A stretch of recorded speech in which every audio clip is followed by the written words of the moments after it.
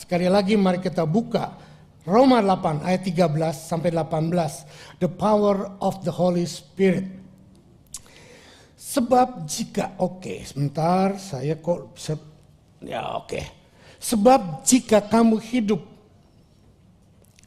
menurut daging, kamu akan mati. Tetapi jika oleh rohmu kamu mematikan perbuatan-perbuatan tubuhmu, maka akan hidup. Semua orang yang dipimpin roh Allah adalah anak Allah. Sebab kamu tidak menerima roh perbudakan yang membuat kamu menjadi takut lagi, tetapi kamu telah menerima roh yang menjadikan kamu anak Allah. Oleh roh itu kita berseru, ya Aba, ya Bapa. Roh itu bersaksi bersama dengan roh kita bahwa kita adalah anak-anak Allah. Dan jika kita adalah anak, maka kita juga adalah ahli waris. Maksudnya orang-orang yang berhak menerima janji-janji Allah yang akan menerimanya bersama-sama dengan Kristus, yaitu jika kita menderita bersama-sama dengan Dia, supaya kita juga dipermuliakan bersama-sama dengan Dia. Sebab aku yakin bahwa penderitaan zaman sekarang ini tidak dapat dibandingkan dengan kemuliaan yang dinyatakan kepada kita. Nah, saudara yang saya kasih Tuhan, baik yang di sini maupun yang di rumah, dimanapun saudara berada, bahwa kekristenan tidak bisa dilepaskan daripada kehidupan melalui roh. Kita hidup adalah karena anugerah Tuhan lewat Roh Kudus Tuhan bagi kita. Dan terlalu banyak gereja yang hanya mengajarkan tentang bagaimana doktrin, tentang bagaimana Injil, tentang bagaimana teologi. Dan saya tidak mengingkari kekuatan itu. Tetapi kalau tidak disertai dan diimbangi dengan membiarkan Roh Kudus bekerja, maka apapun yang kita pelajari, yang kita ketahui akan menjadi pengetahuan, dan itu tidak melahirkan baru kita. Hanya roh yang melahirkan baru kita. Pengetahuan membuat kita tambah pandai, pengetahuan membuat kita menjadi lebih sombong karena lebih tahu banyak. Tetapi rohlah yang mengubah kehidupan. Dan sangat disayangkan terlalu banyak gereja yang melupakan pekerjaan roh. Tetapi saya mau kita semuanya sadar bahwa roh Tuhanlah yang melahirkan kita menjadi baru. Dan roh Tuhan atau Roh Kudus ini ada di dalam diri kita pada waktu kita menerima Dia sebagai Tuhan dan Juru Selamat kita. Dan pada waktu kita lahir baru, Paulus berkata dalam Roma 8:13-18, sebab jika kamu menurut daging, kamu akan mati. Tetapi jika oleh roh di sini huruf besar, makanya saya bold, kamu mematikan perbuatan-perbuatan tubuhmu, kamu akan hidup. Hanya perbuatan Roh Kudus di dalam roh kita yang membuat kita hidup berkemenangan, mengalahkan kedagingan, mengalahkan emosi, mengalahkan nafsu, bahkan mengalahkan keduniawian kita. Tidak ada yang lain yang bisa mengalahkannya. Ayat 14, semua orang, garis bawahi semua orang. Kalau semua orang berarti siapa? Semua. Tapi bukan berarti semua orang di dunia ini. Tetapi Paulus menuliskan semua orang yang dipimpin roh Allah adalah anak Allah. Semua orang yang dipimpin. Saudara bisa lahir baru oleh Roh Kudus, tetapi kita bisa tidak dipimpin oleh Roh Kudus. Ini perbedaannya. Yang Paulus katakan, semua orang yang dipimpin oleh Roh Allah itu adalah anak Allah. Nah, kita lihat tahapan daripada kehidupan roh, keputraan. Saudara, pertama kita lahir dalam roh bayi atau bahasa Yunaninya napion. Nah, dari kata napion kita mendengar dan kita mendapat satu kata yang suka ibu-ibu tarempan kepada baby. Bukan babi tapi baby. Kepada babynya apa? Nepi. Nepi artinya tidak bisa berbuat apa-apa. Nah, di sini sering terjadi banyak kesalahan. Para pendeta, para pemimpin rohani begitu melihat ada jemaat yang dibaptis lahir baru, nggak lama langsung disuruh pelayanan. Ini very very wrong. Kenapa? Karena mereka baru baby. Baby saudara suruh untuk berbuat sesuatu, bisa nggak?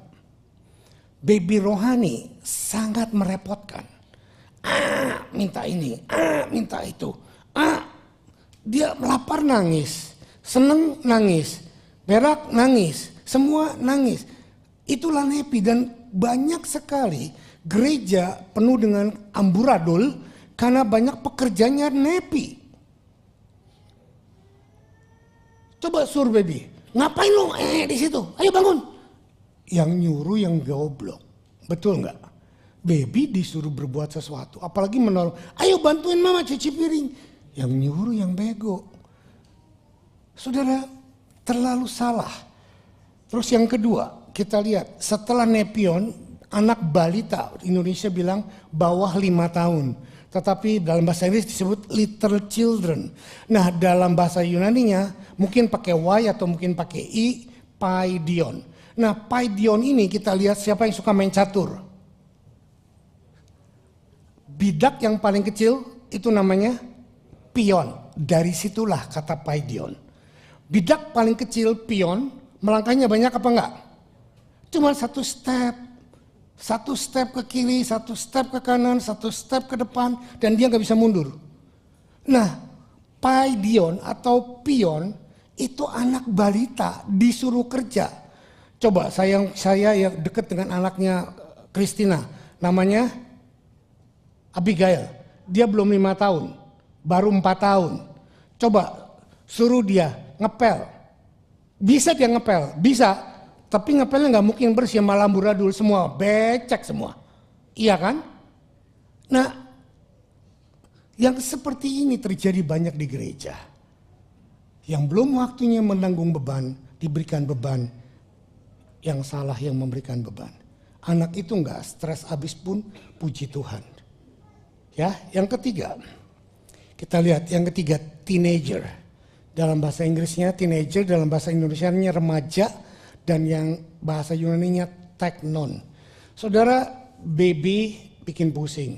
Balita lucu, selfish, egois, tapi juga masih menyegarkan. Tapi remaja menyebalkan. Iya kan? Remaja sok tahu. Dikasih tahu gini, Dad, I'm already grown up. I know what I have to do. Nah, kalau ada anak dikasih tahu seperti itu dan menjawab, aku sudah dewasa nggak perlu dikasih tahu, itu namanya mereka baru remaja. Kalau orang sudah setua saya dikasih tahu, saya akan bilang, lu nggak usah kasih tahu gua udah tua. Tandanya saya walaupun ubanan, jiwa saya masih remaja. Kita nggak perlu meyakinkan orang lain bahwa kita sudah tua, kita sudah tahu, orang akan tahu. Kalau kita masih perlu meyakinkan orang bahwa kita sudah dewasa, tandanya kita belum dewasa. Ya apa ya? Dari tindakan kita, dari sikap kita, semua orang tahu bahwa kita dewasa atau belum dewasa. Saya punya satu pepatah begini, tua itu pasti, tapi dewasa itu pilihan. Tangkap enggak? Tua itu pasti. Saudara nggak mau tua, pasti jadi tua. Saudara pergi kemana, suntik, pergi ke Korea, pakai botok, pakai pepes, pakai apa. Saudara akan tetap aja aging, nggak bisa dilawan. Botok kan ada botok teri gitu loh ya. Kan ada pepes teri, pepes udang. Temennya botok kan pepes gitu loh. Iya kan? Aging nggak bisa dilawan, tua itu pasti. Tapi dewasa is an option, a choice. Kita bisa aja umurnya baru 18, 19, tapi kita udah mature, dewasa. Karena cara berpikir kita yang bisa melihat dari skala yang besar maupun dari skala yang kecil. Kita bisa melihat dari berbagai macam sudut persoalan. That's the maturity. Nah, orang remaja tuh belum, dia remaja itu masih pengen dianggap dirinya paling hebat, pengen dianggap dirinya yang luar biasa. kalau tidak luar binasa. Ya, dan banyak sekali di gereja tokoh-tokoh masih seperti ini. Hei, khotbah gua paling hebat. Hei, gereja gua paling hebat. Hei, ini begini, ini yang lain. Nah, selama kita masih seperti itu, kita masih teknon, masih remaja. Dan belum masuk kategori yang Paulus katakan adalah putra atau yang sudah dewasa atau son atau bahasa Yunaninya huios. Paulus mengatakan di sini, jika kita adalah anak, ayat yang ke-17, maka kita juga adalah ahli waris.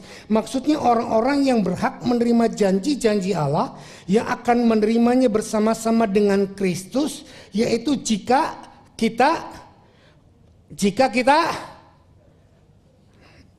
ya nggak tahu ya karena nggak disebutin, nggak baca Alkitab. Jika kita apa?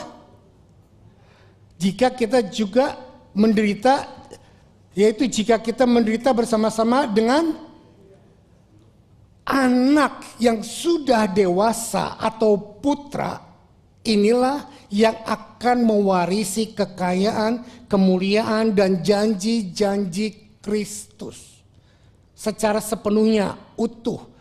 Baby akan mendapat janji tetapi bukan pelaksanaan. Napion akan mendapat janji tetapi bukan pelaksanaan. Teknon mendapat janji tetapi bukan pelaksanaan. Adalah sangat fatal kalau baby dikasih kunci mobil Mercedes-Benz dan suruh dia nyetir. Yang goblok yang ngasih, betul nggak? Berapa banyak kita seperti itu? Baru lahir baru kita pengen melayani orang lain. Baru lahir baru kita pengen kelihatan hebat, dewasa rohani. Dan itulah kebanyakan terjadi di gereja. Tetapi yang Paulus katakan, yang berhak menerima janji-janji Allah, yang berhak dipermuliakan oleh Allah adalah orang yang juga rela menderita bersama dengan dia. Seorang anak yang dewasa, dia akan tahu papanya dalam keadaan susah atau dalam keadaan senang. Seorang anak yang dewasa, papanya akan tahu, dia akan tahu apakah saldo bank papanya merah atau biru. Seorang anak yang dewasa, dia akan tahu apakah waktunya untuk berbicara atau tidak dengan ayahnya. Seorang anak yang dewasa, dia akan tahu bagaimana membaca situasi, menahan dirinya, mengungkapkan sesuatu. Kalau saudara punya keinginan dan tidak bisa ditahan dan terus mau ngomong asal japlak, saudara masih teknon. Bahkan mungkin masih balita. Coba anak balita dikasih mainan, jangan dimainin dulu ya, jangan dimakan dulu nanti ya, nggak bisa. Dia pasti dikasih sesuatu langsung Hanya orang dewasa yang bisa dibilang, ini kado buat kamu, tetapi jangan dibuka sekarang, nanti kalau kamu ulang tahun. Dan kebanyakan pun melanggar. Are you with me? Dan jangan heran, di gereja terlalu banyak napion, paidion, dan teknon yang melayani. Sehingga terlalu banyak orang saling melukai di gereja. Senggol kiri kanannya. Dengar, kalau kamu terluka, kamu harus melihat bahwa inilah gereja, bukan karena Tuhan. Tapi kita dilukai, bukan untuk membuat kita mundur. Kalau saudara dilukai dengan orang, apalagi pelayan Tuhan di gereja lalu saudara mundur, saudara juga gak beda dengan mereka, sama-sama teknon. Kalau saudara dewasa rohani, saudara akan berkata, enggak apa-apa, gua dilukai, gua disakiti karena gua putra, pewaris. Gua putra, it's okay.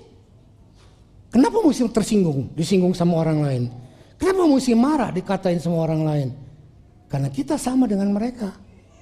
Tapi kalau kita lebih dewasa, kalau kita pewaris kerajaan Allah, kalau kita pewaris roh Allah ada di dalam diri kita. Kita akan berkata, terlalu bodoh buat gua. Kalau gua tersinggung, kalau gua sakit hati, kalau gua mundur dari pelayanan hanya gara-gara sikap orang. Padahal sikap Tuhan sangat mengasihi aku. Tuhan menebus aku, Tuhan mati buat aku, Tuhan sudah membayar semua pelanggaranku. Lalu kenapa hanya gara-gara sikap orang, gue jadi mundur? Saya tidak menyinggung, tetapi ini bukti yang banyak. Betapa di gereja terjadi hal-hal yang seperti ini. Karena kita belum dewasa di dalam roh. Dan ini yang perlu kita jelaskan. Kita mungkin bagus dalam doktrin. Kita mungkin bagus dalam teologi, pengetahuan, dalam etika. Tetapi kita perlu didewasakan di dalam roh. Karena hanya putra lah yang berhak mewarisi kerajaan Allah. Putra bisa dipimpin oleh roh. Huios tandanya dipimpin oleh roh. Nah, kata dipimpin dalam bahasa Yunani adalah ago, bukan bahasa Inggris. Bahasa Inggris ago itu pergi. Dalam Greek ago artinya to lead, untuk memimpin. By implication, to bring, to drive, to bring forth, to be carry. Jadi dengan kata lain, semua anak Tuhan yang mau menjadi pewaris dari janji Tuhan harus sudah menjadi anak yang dewasa dan rela menderita.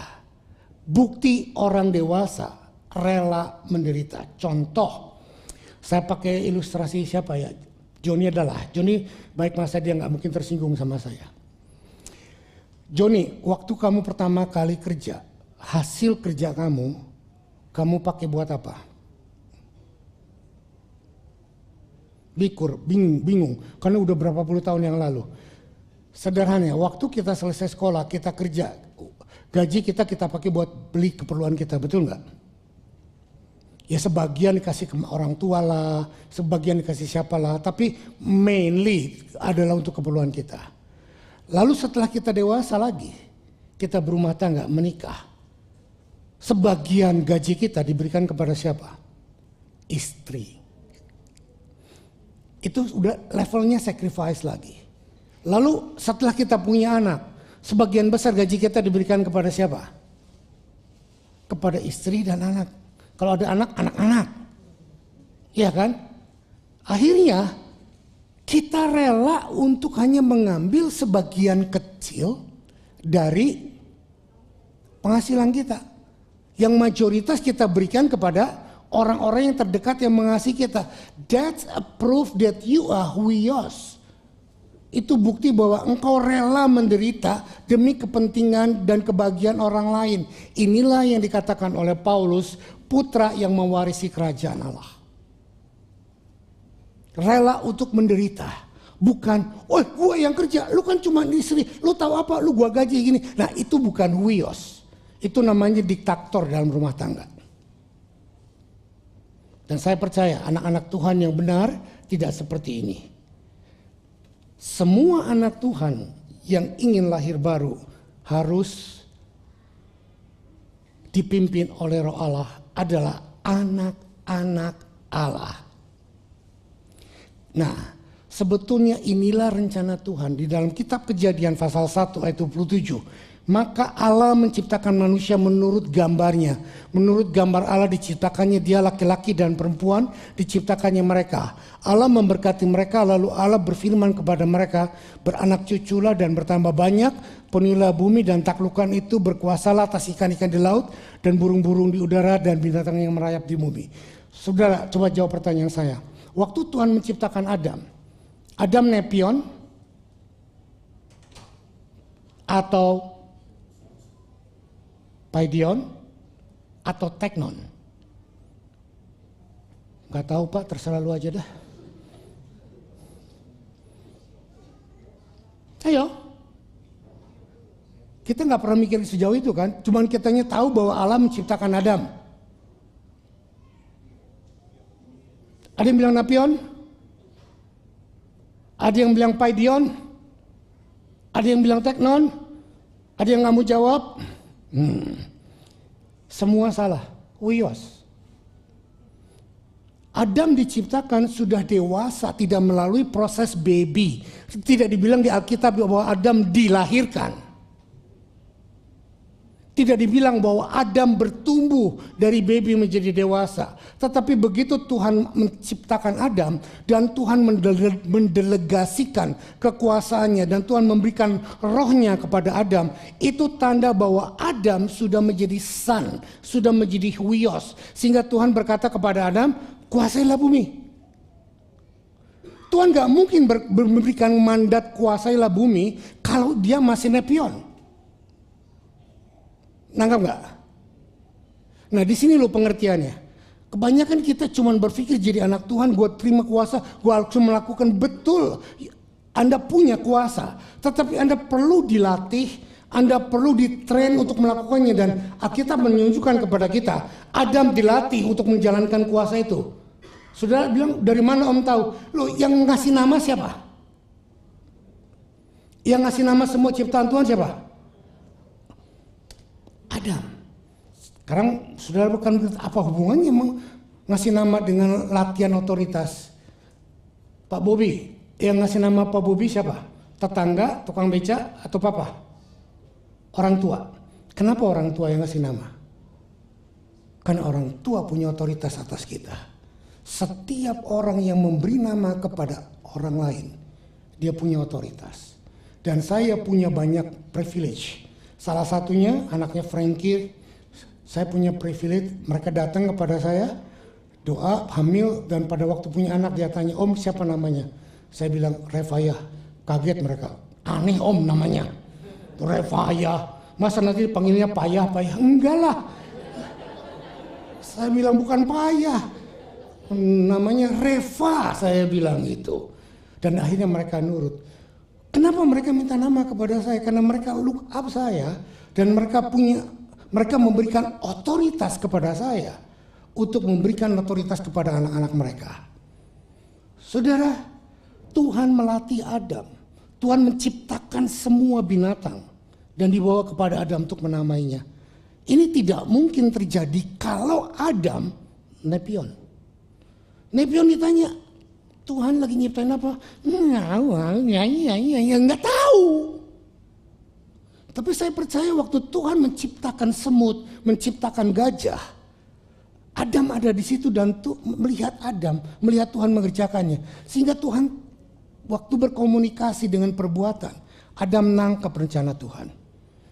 Dan waktu selesai pembuatannya, dibawa kepada Adam. Adam kasih nama. Oh semut Tuhan. Oh gajah Tuhan. Oh itu yang kayak Om Sam itu hipno Tuhan. Tahu hipno? Hipo, kok hipno? Perutnya gede, hidungnya pesek kan hipo itu. Oke? Nah, kita lihat. Inilah yang Tuhan mau. Supaya kita menjadi dewasa dan roh Tuhan bekerja di dalam diri kita. Sehingga kita tersambung dengan Tuhan lewat komunikasi yang intens. Lewat roh kudusnya Tuhan. Nah, kita lihat. Roh Tuhan dan roh manusia. Boleh nggak saya lepas jaketnya? Tadinya mau gaya ya. Tapi sekarang gayanya udah kelewat. Ini udah basah keringet. Thank you Pak Bobi. Nah, roh Tuhan dan roh manusia. Kejadian 2 ayat 7, ketika itulah Tuhan Allah membentuk manusia dari debu dan tanah dan mengembuskan nafas hidup ke dalam hidungnya. Demikianlah manusia itu menjadi makhluk yang hidup.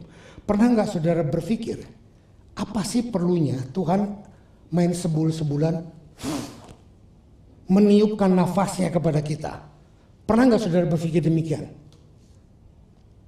Waktu Tuhan menciptakan binatang, hidup nggak? Akhirnya hidup. Tapi Tuhan hembuskan nafas enggak? Enggak. Hanya manusia yang Tuhan hembuskan nafas. Nah, kata menghembuskan nafas di sini, nafas adalah dalam bahasa Arab sebetulnya, dikutip ke bahasa Indonesia tetap menjadi nafas. Bahasa Ibraninya adalah nafah. Nafah, breath. To puff in various application. Literally to inflate, to blow, or to expire.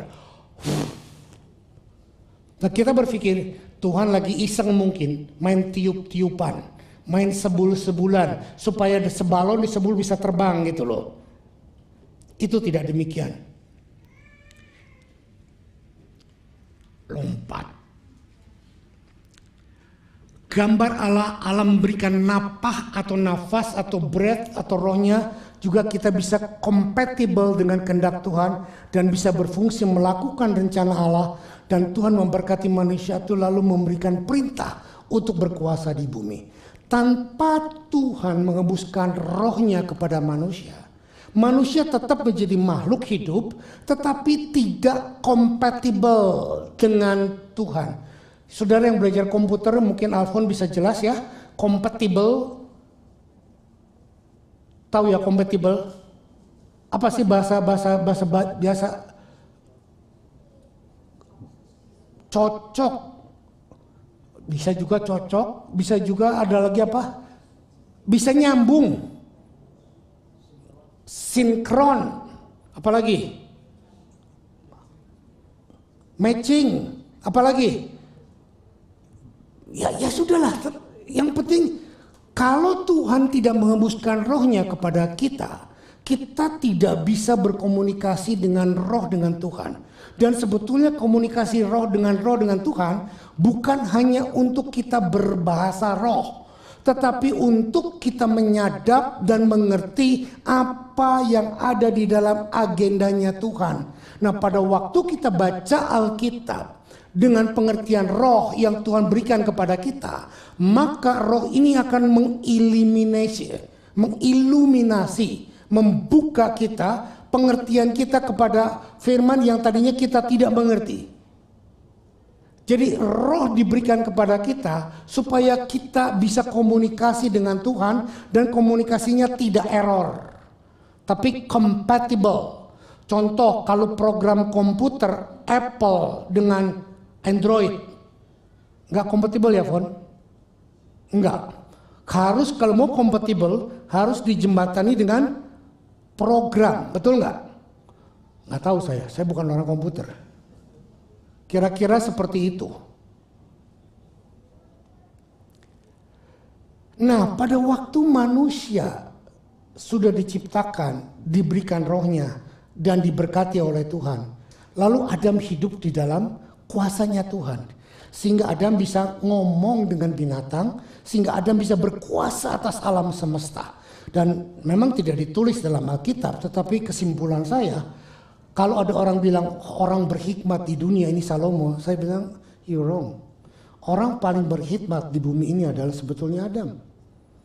Kalau ada raja yang paling kaya, orang yang paling kaya di muka bumi ini, banyak orang bilang Salomo, saya bilang keliru. Salomo hanya memiliki sekian persen dari seluruh aset bumi, tapi Adam memiliki semuanya. Jadi dengan compatibility-nya Tuhan dengan manusia, maka kita mewarisi apa yang semuanya Tuhan punya. Tetapi karena Adam melanggar aturannya Tuhan dan putus hubungan roh dengan Tuhan, maka inilah yang terjadi. Di sini dikatakan, lalu Tuhan Allah mengusir dia dari Taman Eden supaya ia mengusahakan tanah itu dari mana ia diambil. Coba lihat saya sebentar. Waktu Adam putus hubungan roh dengan Tuhan karena dia berdosa, apa yang Tuhan lakukan?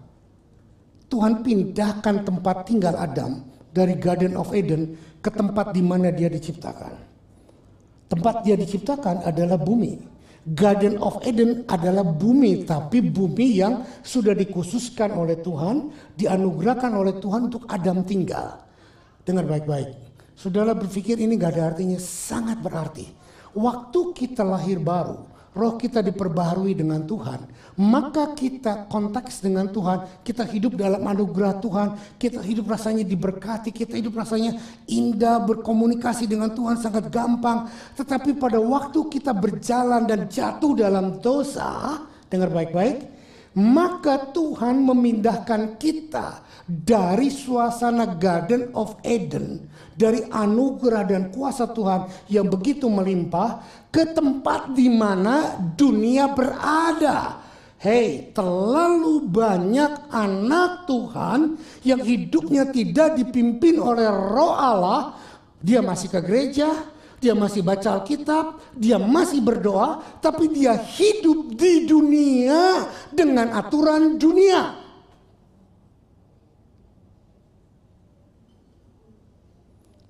Hingga dikit-dikit tersinggung, dikit-dikit marah, gak mau pelayanan, emosi meledak. Anak Tuhan. Tapi dia tidak hidup di Garden of Eden.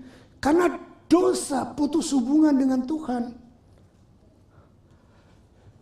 Kejadian 6 ayat 5. Ketika dilihat Tuhan bahwa kejahatan manusia itu besar di bumi. Dan bahwa segala kecenderungan hatinya selalu membuahkan kejahatan semata-mata.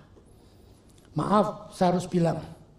Tidak semua gereja hidup dengan roh Allah yang dewasa. Sebentar lagi kita akan lihat pesta gila-gilaan. Bahkan ada banyak gereja yang terlibat di dalamnya dengan same sex, dan lain sebagainya. Ada banyak pastor, ada banyak pendeta, preacher, mereka ikut ke jalan seperti itu. Mereka bicara, ya inilah saya katakan mereka hidup di dalam dunia.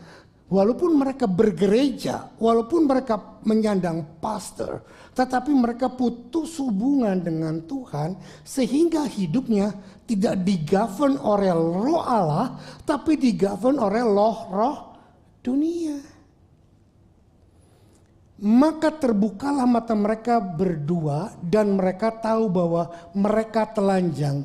Lalu mereka menyelamatkan daun pohon ara dan membuat cawat. Hei, pada waktu seseorang jatuh dalam dosa dan dia tahu hadirat Allah tidak ada padanya, dia merasa malu. Nah, dia menutupi rasa malunya dengan caranya sendiri. Caranya sendiri adalah akal manusia. Hei, nggak apa-apa. Itu same sex sama-sama orang lain juga nggak apa-apa. Itu cuma perbedaan preference. Itu pakai cover akal manusia. Kita sebagai anak-anak Tuhan juga harus mengerti, harus mengasihi mereka. Loh, saya mengasihi mereka. Saya bilang kalau ini loh, ada banyak orang yang dikuasai dengan kesombongan. Omong besar, maki-maki orang dan sebagainya. Come, we receive you. Gereja adalah tempat di mana orang-orang yang tidak sempurna berada. Kalau saudara menolak orang-orang yang tidak sempurna, berarti saudara sudah menolak anugerah Tuhan buat orang lain. Lihat, cara manusia menutupi kesalahannya adalah dengan membuat ide sendiri dan menutup kemaluannya sendiri dengan cara-caranya. Menganggap dirinya paling benar, selalu menuding orang lain salah. Tetapi ini di hadapan Tuhan gak pas, gak bisa. Kebenaran manusia yang saya katakan hanyalah seperti kain lara gombal. Lalu Tuhan datang melawat manusia. Sesungguhnya tangan Tuhan tidak kurang panjang untuk menyelamatkan. Dan pendengarannya tidak kurang tajam untuk mendengar. Tetapi yang merupakan pemisah antara kamu dan Allahmu ialah segala kejahatanmu dan membuat dia menyembunyikan diri terhadap kamu sehingga ia tidak mendengar ialah dosamu. Saudara dengar baik-baik. Dosa memisahkan kita hubungan dengan roh. Tetapi dosa tidak memisahkan kita dengan Tuhan. Dengar baik-baik. Kalau dosa memisahkan Anda dengan Tuhan, Anda tidak mungkin bisa lagi bertobat. Siapa yang membuat kita bertobat pada waktu kita jatuh dalam dosa? Roh Tuhan.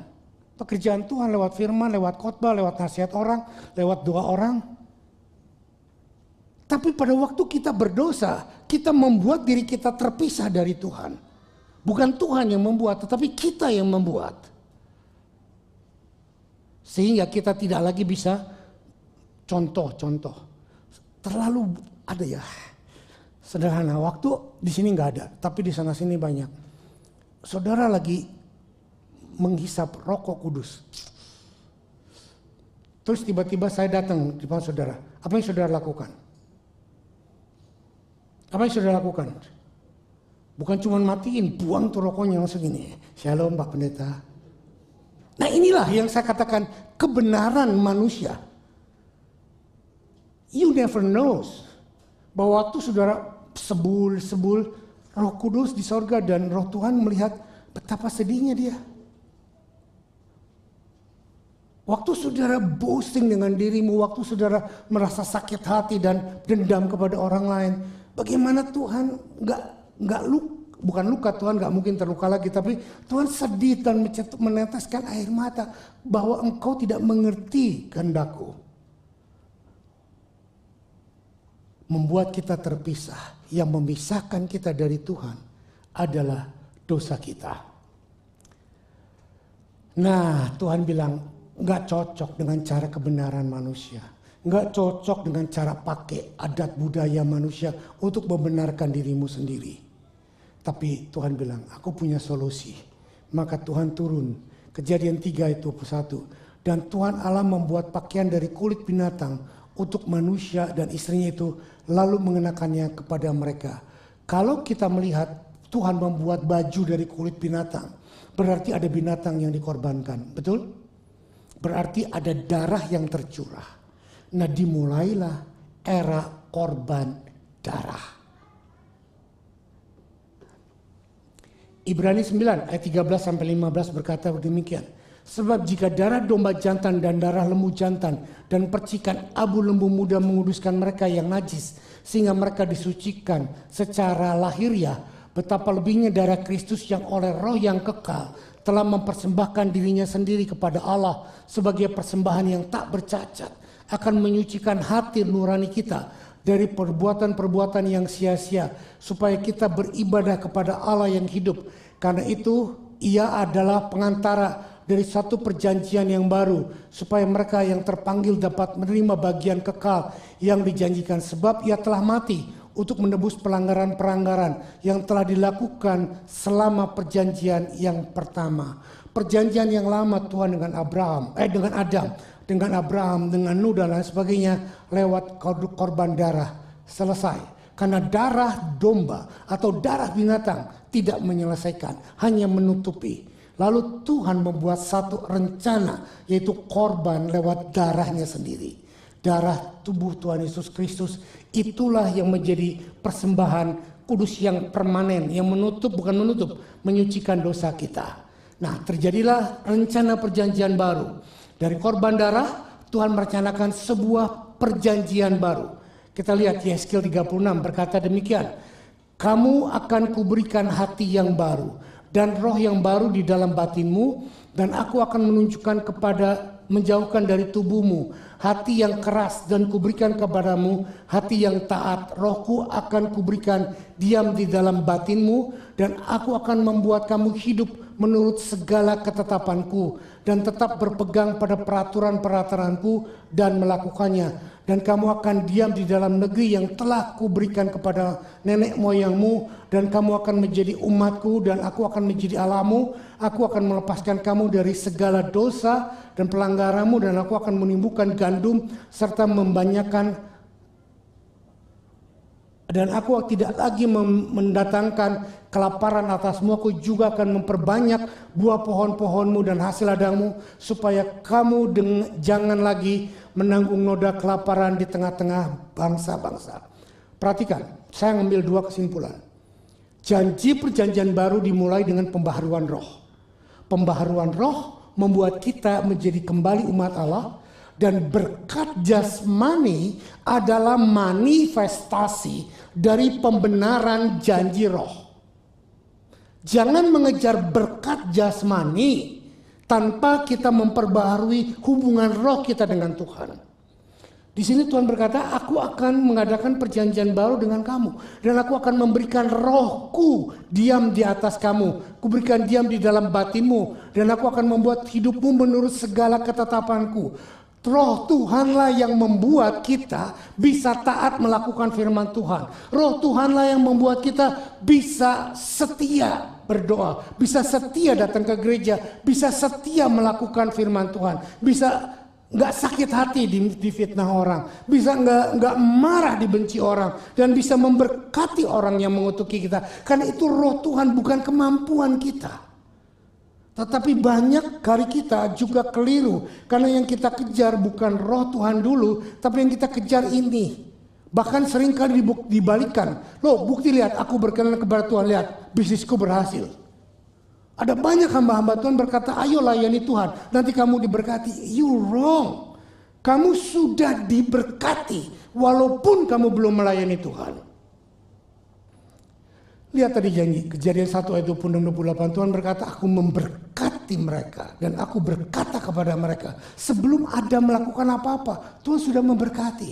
Saudara, kalau engkau membayar perpuluhan, kalau engkau memberikan korban, persembahan, bukan supaya untuk diberkati, tetapi sebagai manifestasi engkau mengucap syukur bahwa Tuhan sudah memberkatimu.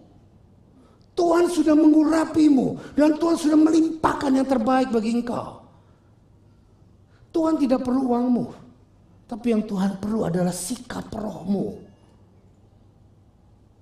Bukti bahwa kita dipimpin oleh roh adalah kita tidak lagi hitung-hitungan soal duit juga kepada Tuhan. Kalau kita masih hitung-hitungan soal duit kepada Tuhan, roh kita masih teenager. Masih pengen butuh makan enak, minta duit sama papi. Minta terus. Ya, kita lihat di sini pembaharuan rencana perjanjian baru Tuhan berikan kepada umat manusia. Nah, sekarang dari rencana kepada era penggenapan dari rencana itu. Ibrani 8 ayat 10 berkata, maka inilah perjanjian yang kuadakan dengan kaum Israel sesudah waktu itu.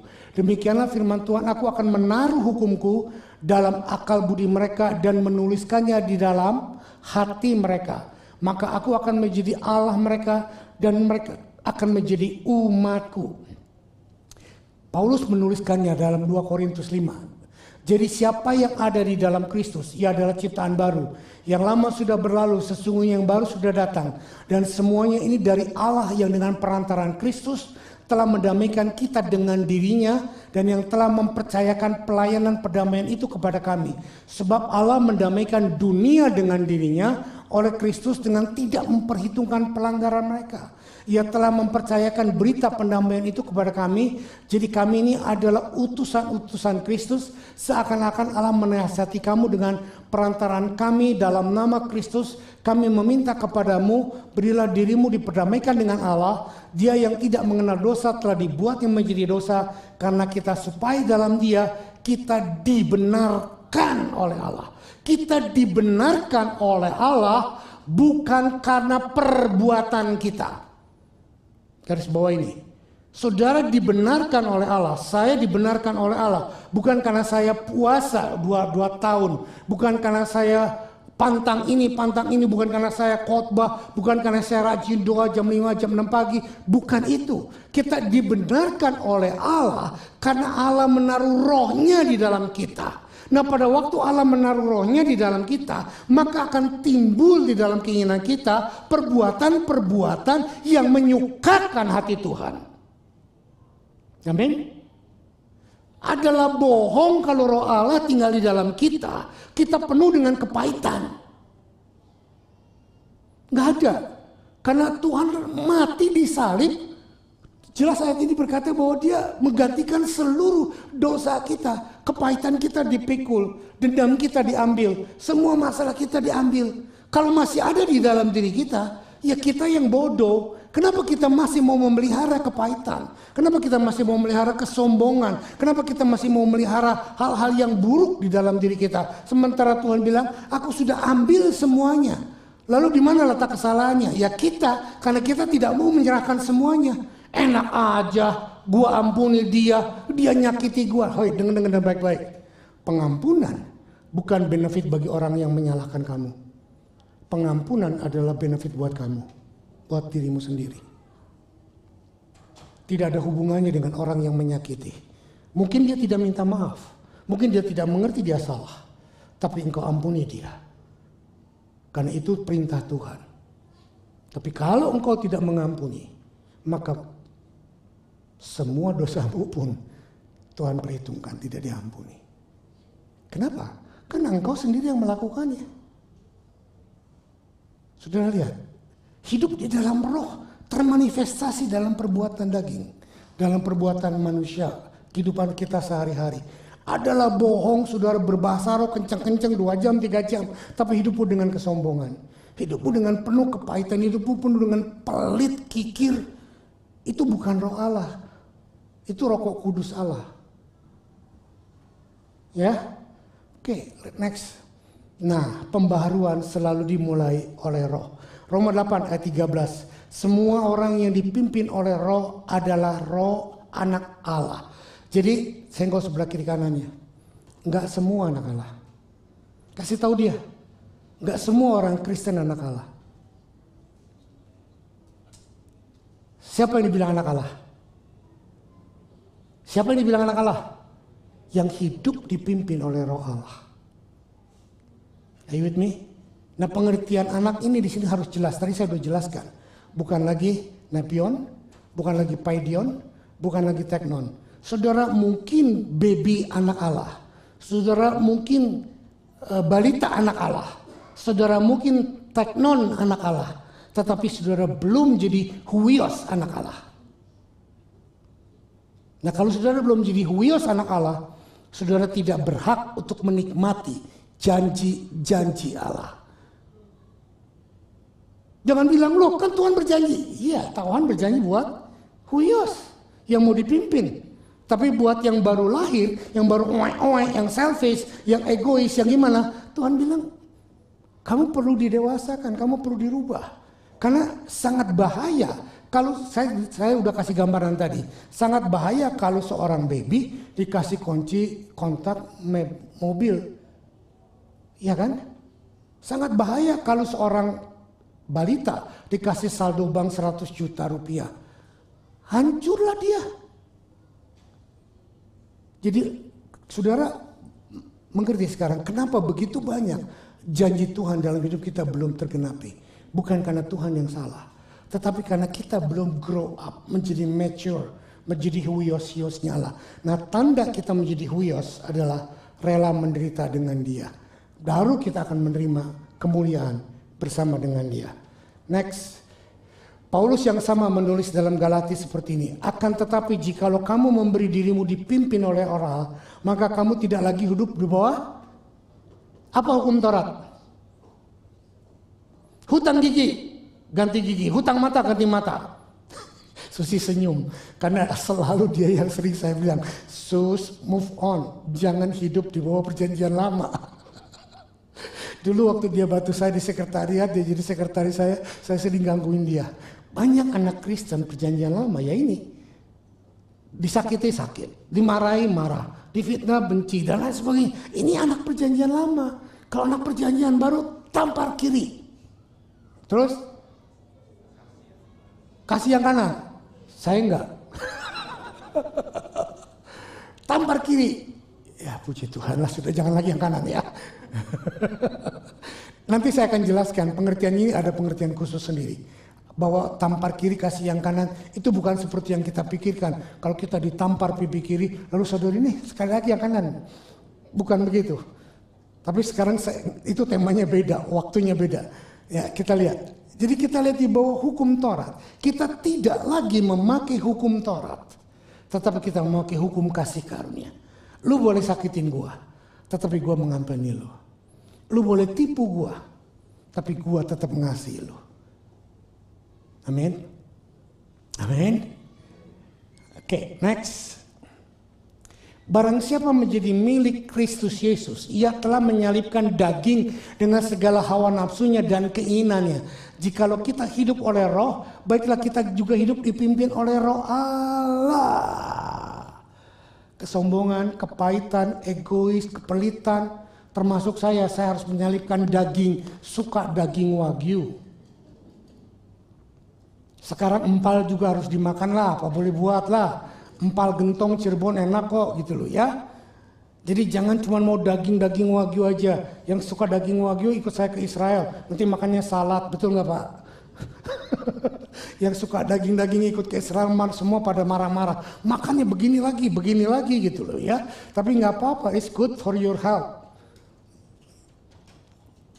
Jadi kita menyalibkan keinginan daging. Yohanes 20 ayat 21 berkata, maka kata Yesus sekali lagi, damai sejahtera bagi kamu, sama seperti Bapa mengutus aku, demikian juga sekarang aku mengutus kamu. Dan sesudah berkata demikian, ia menghembusi mereka dan berkata, terimalah Roh Kudus. Jikalau kamu mengampuni dosa orang, dosa diampuni juga, dosanya diampuni. Dan jikalau kamu menyatakan dosa orang, tetap ada, dosanya tetap ada. Saudara, semua kita yang terima Yesus menjadi Tuhan dan Juru Selamat kita punya Roh Allah. Kita jadi nepion, kita jadi paidion. Tetapi untuk bertumbuh menjadi huios, ada satu resep di sini, yaitu Tuhan berkata, selain Roh Allah yang kamu terima, Yesus menghembuskan nafasnya kepada murid-murid. Ini kisah Yohanes 20 ayat 21-22. Sama nggak dengan Kejadian 1? Waktu Yesus menciptakan Adam dan Hawa, Bapa di surga menghembuskan nafasnya kepada Adam, betul? Kenapa harus terulang? Saudara nggak pernah berpikir, Bapa menghembuskan nafas kepada Adam, Yesus menghembuskan nafas kepada murid-muridnya. Dilahirkan oleh Roh saja tidak cukup, tetapi Tuhan memberikan kita akses kuasa Roh, yaitu penuh dengan Roh Kudus dan hidup dipimpin oleh Roh Kudus. Nah, kebanyakan dari kita orang karismatik menekankan ini hanya dalam rupa manifestasi kuasa Roh Kudus dalam Kisah Rasul 1 ayat 8. Tetapi kamu akan menerima kuasa kalau Roh Kudus turun ke atas kamu, dan kamu akan menjadi saksiku di Yerusalem dan di seluruh Yudea Samaria sampai ke ujung bumi. Dan kita hanya menekankan ini kepada hari Pentakosta, yaitu di mana Roh Kudus dicurahkan dan banyak-banyak orang 120 orang dipenuhi dengan lidah-lidah api, dan mereka berbahasa roh, bahasa yang tidak dimengerti oleh orang lain. Waktu kita ada di kamar loteng, di tempat di mana Tuhan Yesus melakukan ini, kamar loteng bergoyang dan kita berdoa. Saya lihat Ivana justru dipenuhi oleh Roh Kudus di sana. Dia nggak sadar bahwa dia berbahasa roh. Setelah selesai berbahasa roh di atas kamar loteng, saya bilang, congratulations, kamu penuh Roh Kudus. Dia bilang, masa sih Pak, saya penuh Roh Kudus. Saudara lihat, kita tidak menekankan dengan bahasa roh, tetapi kita juga tidak pantang memakai bahasa roh. Dan bahasa roh bukan satu-satunya tanda manifestasi daripada kuasa Roh Kudus bekerja. Bahasa roh adalah salah satu dari tanda itu. Dan kita perlu, Anda berbahasa roh atau tidak berbahasa roh, Anda sudah dihembuskan oleh Tuhan Yesus, Roh Kudus yang untuk berkuasa atas hidup kita. Sekarang tinggal kita mengolahnya. Apa tanda daripada bahasa roh atau tanda daripada kita dipenuhi oleh Roh Kudus? Adalah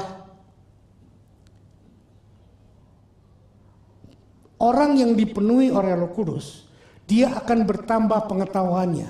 Knowledge is accumulation of the fact, data and information of what you have studied and learn. Saudara bisa menjadi orang yang penuh dengan knowledge, pengetahuan, dengan baca buku, dengan belajar, dan dengan mendengar berita dan lain sebagainya. It's improve your knowledge. You don't need the spirit. Oke, yang kedua, understanding is the illumination and arrangement or how to use activate the fact. Saudara boleh mengumpulkan begitu banyak informasi di dalam dirimu, tetapi tanpa urapan Allah bekerja, engkau tidak tahu bagaimana memakainya. Makanya saya bilang, sekolah Alkitab, belajar firman, belajar teologi, make you more knowledge. Tetapi you don't know how to apply it. Hanya karena Roh Kudus yang ada di dalam dirimu akan memimpin engkau untuk melakukan apa yang engkau ketahui. Dan Tuhan sudah berikan mandat dengan menghembuskan nafasnya kepada murid-muridnya dan kepada kita, untuk supaya kuasa Roh Kudus selain berbahasa roh juga wisdom and understanding is will work in our knowledge. Yang terakhir adalah apa? Wisdom. Wisdom is the how to apply of the fact in the right way and right time. Orang bilang bijaksana. Saya bilang bijaksana aja nggak cukup, bijaksana dan bijak sini. Gak ngerti maksud saya? Kalau cuma bijaksana, kakinya sebelah. Kalau bijaksana, bijak sini. Tahan dua-dua, betul nggak? Nah, hanya karena kuasa Roh Kudus yang bisa memimpin kita untuk membuat kita menjadi orang yang penuh dengan wisdom. Kita penuh pengetahuan boleh, harus. Kita tahu understanding, pengertian harus, tetapi apply dari pengertian dan knowledge dalam waktu yang tepat, dengan cara yang tepat, hanya dikerjakan oleh Roh Kudus. Contoh, lagi-lagi Bobby. Saya sayang Bobby. Bobby lagi enak tidur, ngorok, terus ada nyamuk gede. Hinggap di jidat Bobby, kan gede ya. Hinggap. Saya kan sayang. Saya takut nanti dia kena malaria lah, ntar kena COVID lah, kena nyamuk ya. Saya tampar tuh nyamuk. Wah, nyamuknya terbang. Bobby yang wah. Hah, Pak Samuel gila, saya digampar. Nah ini caranya. Tujuannya baik, knowledge-nya baik, tapi apply-nya salah. Ada banyak orang melakukan ini di gereja. Tujuannya baik, menegur orang. Tujuannya baik, mengasihi orang. Tapi caranya salah.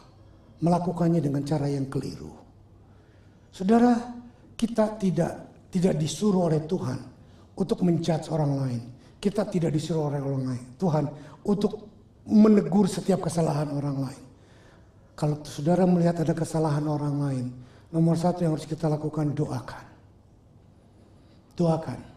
Kalau sudah doakan, saudara punya beban. Doa lebih jauh lagi. Cari waktu ketemu dengan dia pribadi. Bukan dengan ngomong kemana-mana. Lu tahu gak saya begini, saya begitu? Enggak. Tapi mari kita bicara pribadi. Kalau sudah bicara pribadi gak kena, ya sudah. Serahkan kepada Tuhan. Kita tidak bisa mengubah orang lain. Hanya Tuhan yang bisa mengubah. Amin. Amin. Jangan saudara berpikir gini, kalau gua nggak kasih tahu, dia nggak mungkin berubah. Loh, yang merubah itu siapa? Suami istri, dengar baik-baik. Saudara boleh memberitahu suamimu, istrimu, tetapi saudara tidak bisa mengubah suamimu. Saudara tidak bisa mengubah istrimu.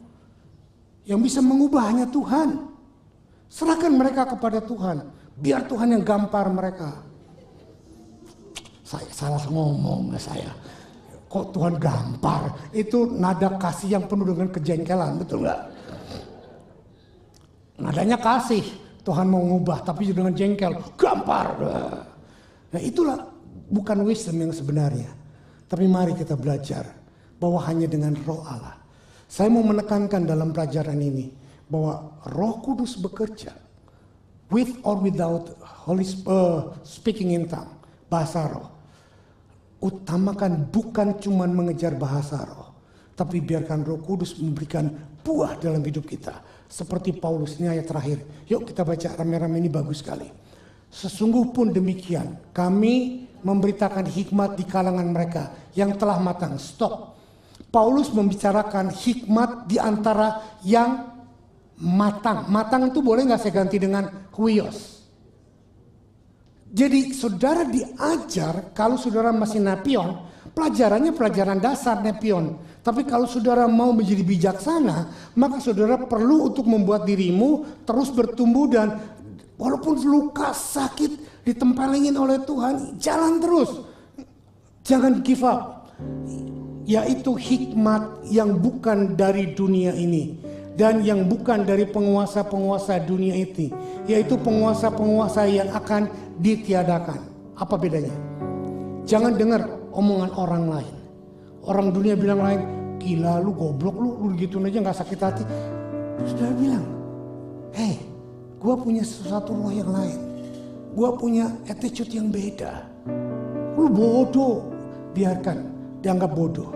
Tapi kita berbuat di dalam roh.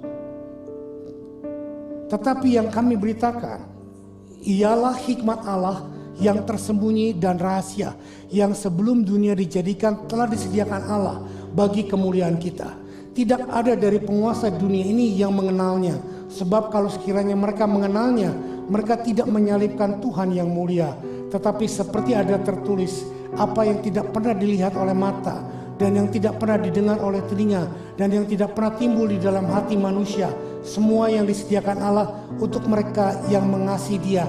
Karena kepada kita Allah telah menyatakan oleh Roh, sebab Roh menyelidiki segala sesuatu, bahkan hal-hal yang tersembunyi dalam diri Allah. Saya mau kita ulang ayat terakhir. Ini loh, 2, 3. Seperti ada tertulis, apa yang tidak pernah dilihat oleh mata, dan yang tidak pernah didengar oleh telinga, dan yang tidak pernah timbul dalam hati manusia, semua disediakan Allah bagi mereka yang mengasihi Dia. Ayat ini terlalu sering di-abuse oleh kita. Kita sering memakai ayat ini untuk mengharapkan mujizat yang kita inginkan, yang tidak pernah timbul di dalam pikiranku, yang gak pernah aku dengar, yang gak pernah dalam pikiran, gak pernah timbul dalam hati. Itu yang punya pacar yang cantik, punya pacar yang ganteng, yang kaya, yang kasih, yang rohani. Dan kita selalu mengidentifikasikan ayat ini dengan keinginan-keinginan kita. Aku mau naik gaji, aku mau dipromosi, aku mau begini, aku mau begitu. Dan harapannya selalu berkata apa yang timbul di dalam roh yang tidak pernah didengar. Jadi selalu hal yang jasmani. Tetapi sebetulnya ayat ini tidak bicara hal-hal yang jasmani.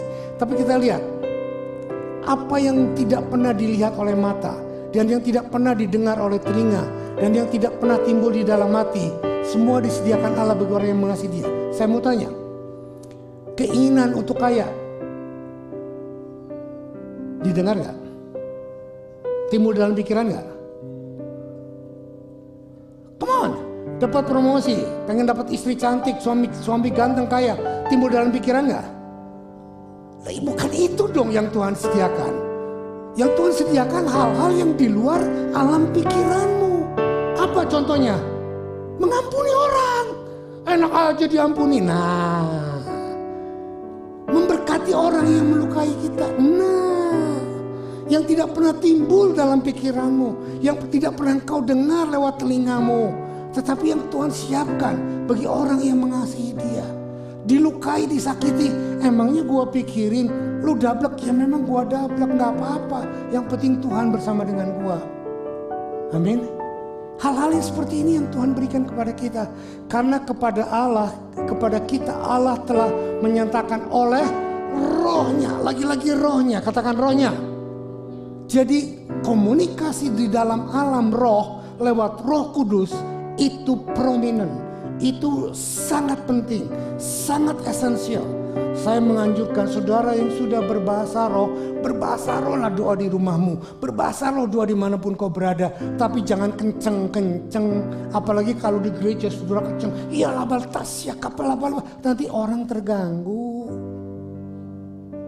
Saya berbahasa roh lama di rumah. Gak ada orang dengar, gak apa-apa.